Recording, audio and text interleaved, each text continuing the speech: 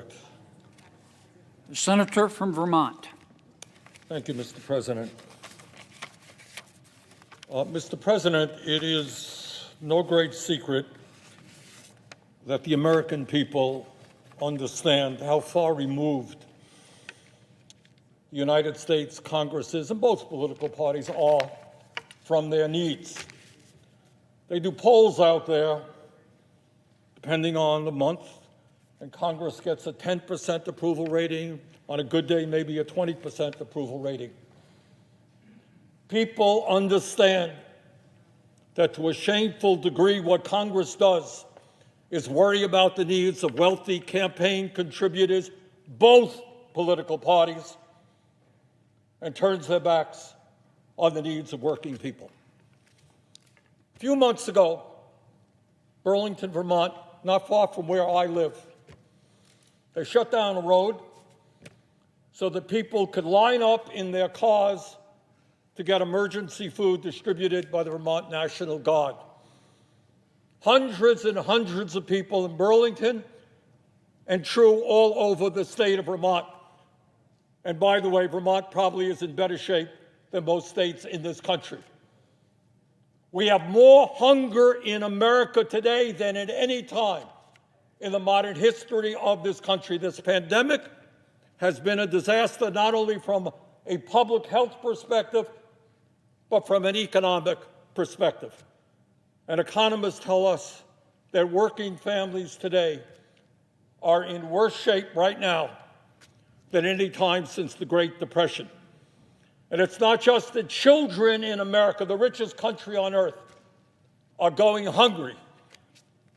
It's you have millions and millions of families who are scared to death that they're going to be evicted from their homes, and join the 500,000 people in America who are already homeless. We have half of our population working day to day, living paycheck to paycheck, trying to survive. This Congress must address the economic emergency facing the American people. We cannot go back to our families during the Christmas holidays while tens of millions of families are suffering. They are looking toward us and their government to provide the emergency assistance that they need. Yesterday, Senator Hawley and I introduced a very simple amendment, not a radical idea. In fact, we're way, way behind what other countries around the world are doing to protect their workers. All that we want to do is to once again provide the same benefits that were provided in the CARES bill that unanimously, Democrats, Republicans, President Trump signed it, supported it. We all came together in March to say that every working class adult in this country would get $1,200 and their kids would get $500. So you got a husband and wife and 2 kids, that's $3,400. Maybe they could use that money to pay a couple of months' rent, buy some food, go to the doctor. We're looking at a horrible pandemic now, and you got 90 million people who are uninsured or underinsured. That's all we are asking, is to do what we unanimously did in March, to make sure that our unemployed workers get the benefits they need, to make sure that working families get that $1,200 check per person. Now, Mr. President, I've been here for a while. I am not one of the members of the Senate who shuts down, does this and does that, and keeps people here for weeks. I don't do that. But this I want to say right now. I am prepared to withdraw my objection at this moment. But I will not be prepared to withdraw an objection next week. We will deal with the financial crisis facing tens of millions of Americans. And if I have anything to say about it, and I guess I do, we're not going to go home for the Christmas holidays unless we make sure that we provide for the millions of families in this country who are suffering. And with that, I would yield to Senator Hawley. Mr. President.